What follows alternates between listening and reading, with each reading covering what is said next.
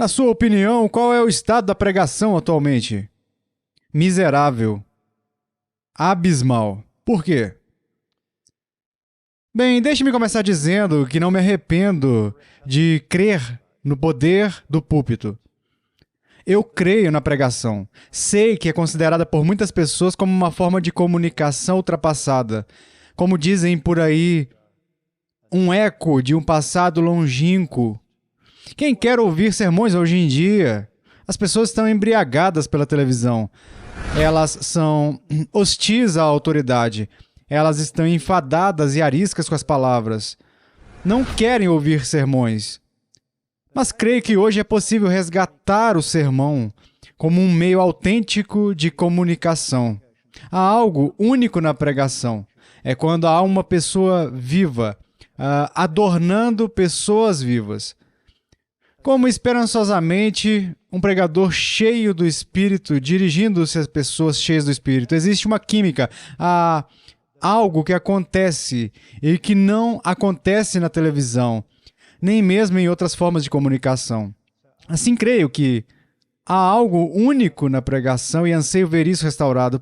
Por que é tão rara hoje em dia? Isto é, a pregação bíblica. Na minha opinião, talvez a pregação não esteja sendo expositiva, no sentido de estudar uma passagem das Escrituras em seu contexto, comentando continuamente sobre ela. Não quero dizer que todo sermão bíblico deve ser expositivo, mas devemos lutar com a passagem das Escrituras, um versículo, um parágrafo. Então, a razão pela qual a pregação bíblica é tão importante é que ela é a exposição da palavra de Deus. E é a palavra de Deus que precisa chegar às pessoas. É a palavra de Deus que desafia as pessoas e que amadurece o povo de Deus. Como Jesus disse, não só de pão viverá o homem, mas de toda a palavra que procede da boca de Deus. E se isso é verdade para os indivíduos, é igualmente verdade para as igrejas. As igrejas vivem, crescem e florescem pela palavra de Deus, e definham e morrem sem ela. Portanto, devemos levar a palavra de Deus ao povo de Deus, se o povo de Deus quiser crescer até a maturidade em Cristo. Então, por que mais pessoas não fazem isso? Ora, eu creio que as pessoas não fazem isso devido à preguiça. Porque não existe forma de pregação que exija mais tempo e energia do que a exposição bíblica, pois temos que lutar longamente com o texto, até termos a maior certeza possível de que o compreendemos. E então teremos que continuar lutando não apenas com o texto, mas também com a aplicação do texto ao mundo moderno. Sendo assim, muitas vezes executa a pregação relacionando o texto antigo com o mundo moderno. Isso significa estudar os dois lados da divisão cultural. É bem desgastante, exige muito, porque os pastores, todos nós somos pessoas muito ocupadas e precisamos encontrar algo de que talvez possamos negligenciar. E a pregação é muitas vezes a primeira coisa. Você tem alguma recomendação para os jovens pregadores ou professores que desejam se destacar?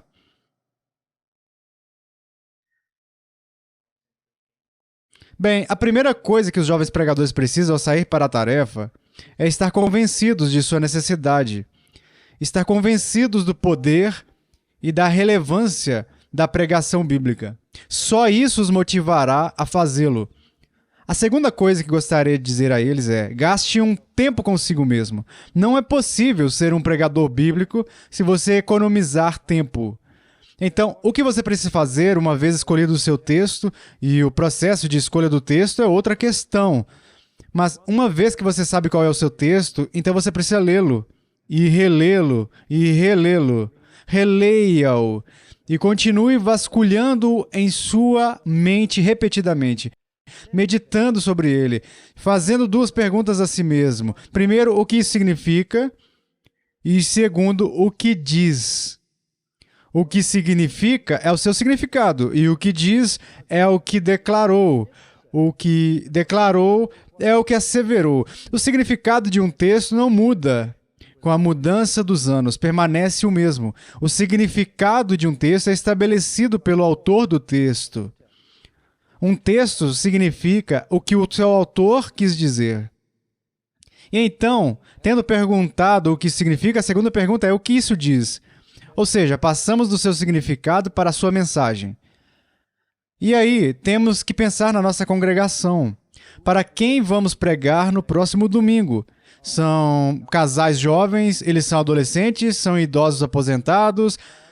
Tentamos imaginar, visualizar em nossa mente quem são essas pessoas. E então surge o senso de relacionar o que significa com o que diz, ou o significado antigo com a mensagem moderna. Como você escolhe um texto? Ora, existem várias maneiras diferentes de escolher um texto. A melhor opção, creio, é que nos envolvamos, talvez não o tempo todo, mas com mais frequência, na exposição de um livro inteiro da Bíblia, ou talvez em todo o Sermão do Monte, ou do Sermão do Cenáculo, ou a Epístola aos Filipenses, ou o livro de Jonas, ou o que quer que seja. Assim, se estamos expondo um livro inteiro e talvez dedicando 20 ou 30 domingos a ele, então já sabemos qual é o nosso próximo texto. Sabemos o que foi na semana passada, então sabemos o que será esta semana. É a próxima parte de... Essa é a maneira mais saudável de decidir sobre um texto. A segunda, suponho, é a época do ano. Mesmo que as igrejas não sejam igrejas litúrgicas, muitas delas celebram o Natal e a Sexta-feira da Paixão, a Páscoa, o Dia da Ascensão, o Pentecostes e assim por diante. Essa é a segunda maneira. A terceira, penso eu, é que precisamos pregar com base na nossa própria experiência. E enquanto lemos e estudamos a Bíblia todos os dias, e ideias para sermões nos surgem enquanto lemos, creio que é uma boa ideia permitir que a mente siga. Todos nós temos lampejos momentâneos de inspiração. Às vezes, nos momentos mais inapropriados, quando outra pessoa está falando, ou dentro de um ônibus, ou no meio da noite. E eu sempre digo, aproveite esses momentos de inspiração. Todos eles são bem raros, mas quando os temos e Deus parece estar falando conosco, sinto vontade de sair da cama e pegar o bloco de notas que sempre mantenho na cabeceira e anotar. Às vezes, preparo sermões em meus sonhos. Minha secretária e o meu auxiliar de estudo sempre se divertem muito com isso. Mas é sério. Às vezes, enquanto sonho, o sermão toma forma. Então, é claro, escrevo assim que acordo. Portanto, aproveite o momento de inspiração.